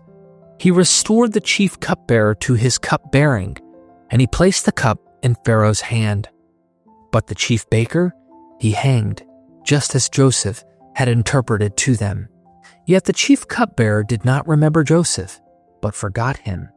Genesis 40:20-23. We can literally hear Jesus saying, Don't forget me, in his Eucharist sacred meal. The Passion screams to us with 2 thieves lifted up. Instead of a cupbearer and a baker lifted up on a cross, you have 2 thieves, one to condemnation and one to paradise, one positive, one negative. One of the criminals who were hanged there kept deriding him, saying, Are you not the Messiah? Save yourself and us. But the other rebuked him, saying, Do you not fear God, since you are under the same sentence of condemnation? And we indeed have been condemned justly, for we are getting what we deserve for our deeds, but this man has done nothing wrong. Then he said, Jesus, remember me when you come into your kingdom. He replied, Truly I tell you, today you will be with me in paradise. Luke 23:39-43. Again, consider the motif. Joseph telling the dream to 2 men condemned in a dungeon for criminal acts of some kind. He restores one, God restores one to positive outcome, the cupbearer, and one to negative, the baker. Both elements, wine and bread, are in the myth of Joseph, and Joseph is restored to the right hand of Pharaoh. Jesus is exalted to the right hand of God. You literally have a repeat of the motif and the 3-day motif as well. This should really bring serious caution, in my opinion, to the historicity of the Passion of Jesus. All of the mythic motifs of dying and rising again are there. But also, several scholars have noted these parallels between the Joseph story and the story of Esther and Mordecai. Let's list these parallels. You have the Joseph narrative element and Esther narrative element. 1. They were sold into distant Egypt with Joseph. They were exiled in a distant Persia with Esther. 2. Joseph is literally sold, machru, Genesis 37. The Jews are said to be sold, nimkarnu, to destruction in Esther 7:4. It's got the same Hebrew root. 3. Beauty triggers narrative with Potiphar's wife. She sees him as beautiful and lusts for him. In Esther's case, her beauty propels the plot for the king to choose her. 4. Could have returned, but stayed. Joseph could have returned, but he stayed. In Esther's case, the Jews remain in Persia, not return. 5. Identity hidden abroad. Esther hides her Jewish identity, so Joseph and Esther play that same hidden identity motif. 6. Imprisoned in Egypt. Esther confronts potential death, martial withholding. 7. Becomes vizier, second to Pharaoh. In Esther's case, Mordecai elevated to second in power. 8. Pharaoh's dream, sleeplessness. In Esther's case, King's insomnia recalls Mordecai's deed. 9. Antagonist was punished, like Potiphar's wife being barren. God makes her barren. But also the baker's head lifted up on a pole for the birds to prey on. In Esther's case, Haman is executed on gallows he built. 10. Banquet reveals identity. And then in Esther's case, Esther reveals the truth at banquets. You see, 19th century German scholars like Heinrich Zimmern and Peter Jensen first proposed that Esther and Mordecai were derived from Ishtar, that is Inanna, and Marduk, seeing the Megillah as a historicized myth or a transformation of a Babylonian cult legend. Also, the Jewish Encyclopedia in 1906 confirms long-standing identifications: Esther with Ishtar, Mordecai with Marduk, Haman with an Elamite deity, Human or Human. The Hebrew name Esther closely resembles Ishtar, the Babylonian goddess of love, fertility, and war.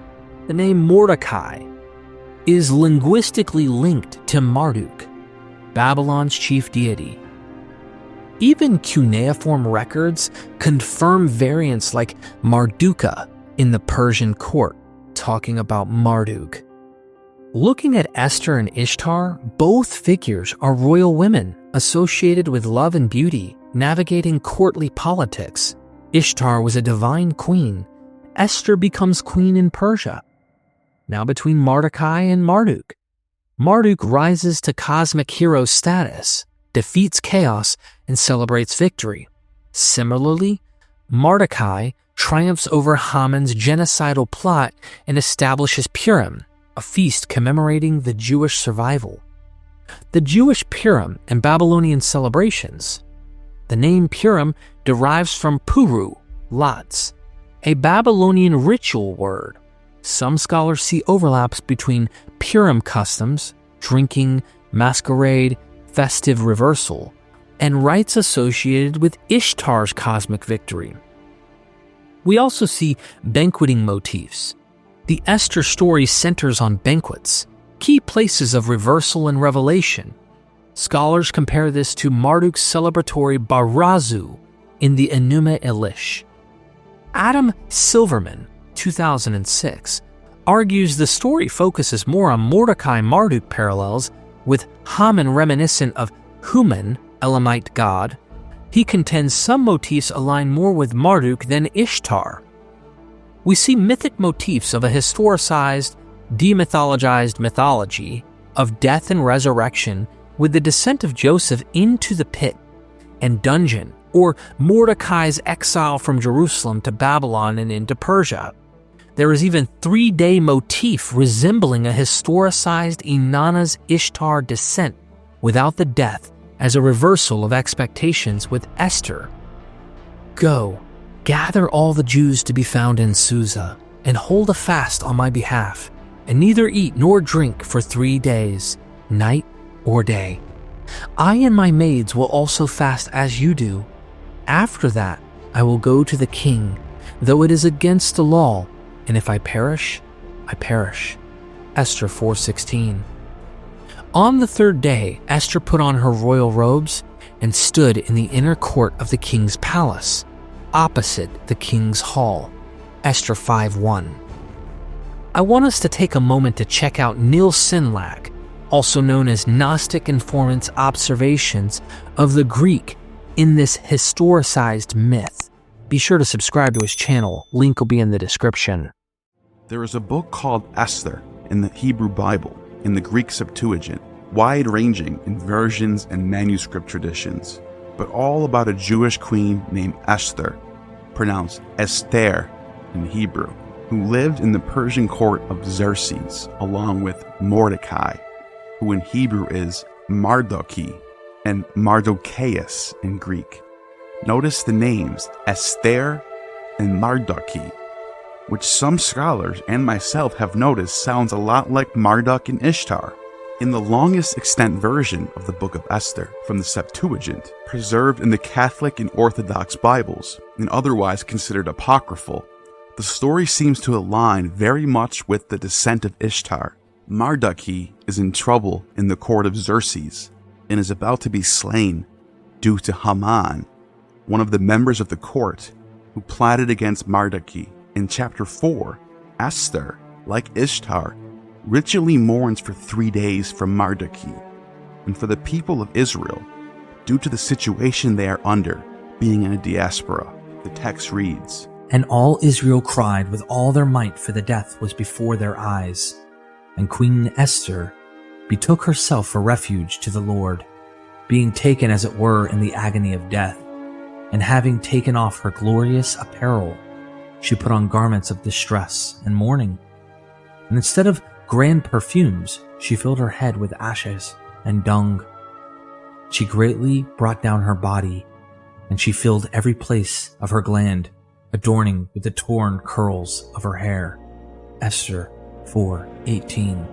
We see a similar tearing and ash-covering mourning rite being taken up by Ishtar for Tammuz in Akkadian text. "Why have you covered your head with a cloth? You who are a shepherd, how you walk about. Holy Ishtar weeps bitterly in her house, which having descended from heaven stands on the earth. She wears sackcloth and ashes, rips out her hair, tears her torn sinews, rips out her hair, plucks out her hair like burr rushes. The lady wept at the meaning of the decreed fate. Tammuz wept at the meaning of the decreed fate. The mourning for Tammuz." The apocryphal manuscripts also have a similar plot as the descent of Ishtar, in which Esther is attended by eunuchs, just as Ishtar was attended by the Gali, who are also eunuchs. Esther then descends through multiple portals in the palace until she is finally brought into the chamber of the king, where she puts on a royal attire, and like Ishtar, finds favor with the queen of Hades. Esther finds favor with King Xerxes. On the third day, putting an end to her prayers, she took off her penitential garments and arrayed herself in royal attire. In making her state appearance, after invoking the all-seeing God and Savior, she took her 2 eunuchs. On the one she leaned gently for support, while the other followed her bearing her train. She glowed with the perfection of her beauty, and her countenance was joyous as it was lovely, though her heart was shrunk with fear. She passed through all the portals till she stood face to face with the king, who was seated on his royal throne, clothed in full robes of state, and covered with gold and precious stones. Esther is able to sway the king to release Mordecai, and she saves all the Israelites from persecution. Mordecai is then given a purple robe and diadem that Haman wore before him, and Haman was then sentenced to die. The descent of Ishtar also has Tammuz robed in purple and sitting on a throne towards the end. Also, in the epilogue, Marduk relates that he had a dream about 2 dragons and a spring turning into a river and the light of the sun. He figures out that the river is Esther and the sun is the king, while the 2 dragons represent Marduk and Haman. It seems obvious to me, and many other scholars in the past have also concluded, that the book of Esther is drawing heavily from the myths of Ishtar's descent to the underworld to save Tammuz, the god who by the Hellenistic era was synced with Marduk, called Bel, and had many temples in Syria, Phoenicia, and the Levant, and was known by the names Baal and Adonis. If the names Marduk and Esther aren't enough to see the relations of Marduk and Ishtar, the story has these elements in common. Both Esther and Ishtar mourn for someone. They're both wearing sackcloth and ashes. They're both attended by eunuchs. They both seek deliverance from a god. They both descend through portals or gates. They both go face to face with the king or queen. They both find favor with king or queen. They both save someone from death, and that person that's saved from death is replaced by someone else. As we've seen, the Bible uses the very language of dying and rising as all surrounding cultures, as well as the Canaanites, which were the people from which Israel came from. Yahweh was obviously seen in the Psalms to have been understood to sleep, meaning die, just as the Baal Cycle describes Baal. In view of certain striking parallels between the New Testament accounts of Jesus and the ancient myths of dying and rising gods long predating the Gospels, one cannot avoid suspecting that the Christian stories embody not historical reports, but rather the continuation of the traditional myth themes. Jesus, though innocent, is tried and condemned by the authorities and sentenced to death. There is incidental mention of at least one other man executed alongside him. Jesus perishes and is interred underground in a rock tomb, a cave. Women devotees weep and mourn his death, visiting his tomb to anoint the corpse. He rises from the dead and enters into his glory, henceforth to be worshipped as a god. Is the close correspondence merely fortuitous? Remember the Bel-Marduk myth and all those interesting parallels. The visit of the pious women seems to provide a kind of script for Latter-day worshippers who would reenact the mythic passion narratives of the dying and rising gods, as in the cults of Osiris, Baal, Adonis, Tammuz, and Attis. All admit that the sacred stories arose secondarily, as a kind of liturgical script, not a reenactment of events, but as a codifying of the rituals. Consider the occurrence of the standard mythic ritual elements appearing, surviving into the gospel stories. When the woman of Bethany, apparently Mary Magdalene, anoints Jesus, Jesus defends her seeming extravagance by suggesting she has already anticipated her later anointing of his corpse. She has anointed my body beforehand for burial. Mark 14:8. Not long afterward, she brings preservative unguents to Jesus' tomb and is startled to learn he has risen. One must wonder if the standard elements have been only slightly rearranged here. It would make a lot of sense if originally the mourning woman did find the dead corpse and smeared it with the oils and spices, as Isis and Nephthys anointed the dead body of Osiris, and this very action restored Jesus to life, as it had Osiris. In Mark 14's scene, the disciples jeer at the seeming waste of the ointment. Would not this make better sense if originally these disciples were present with the holy women at the tomb of Jesus, disapproving of the seeming waste of expensive ointment on a dead man, when it could have been cashed in and donated to the living? Such skepticism is a standard feature of miracle stories, and in this case, the miracle was the resurrection of Jesus. Here, the historian is obliged to invoke the principle of analogy. What is the passion and resurrection of Jesus more like? Any attested historical report? Or the several myths of the dying and rising gods?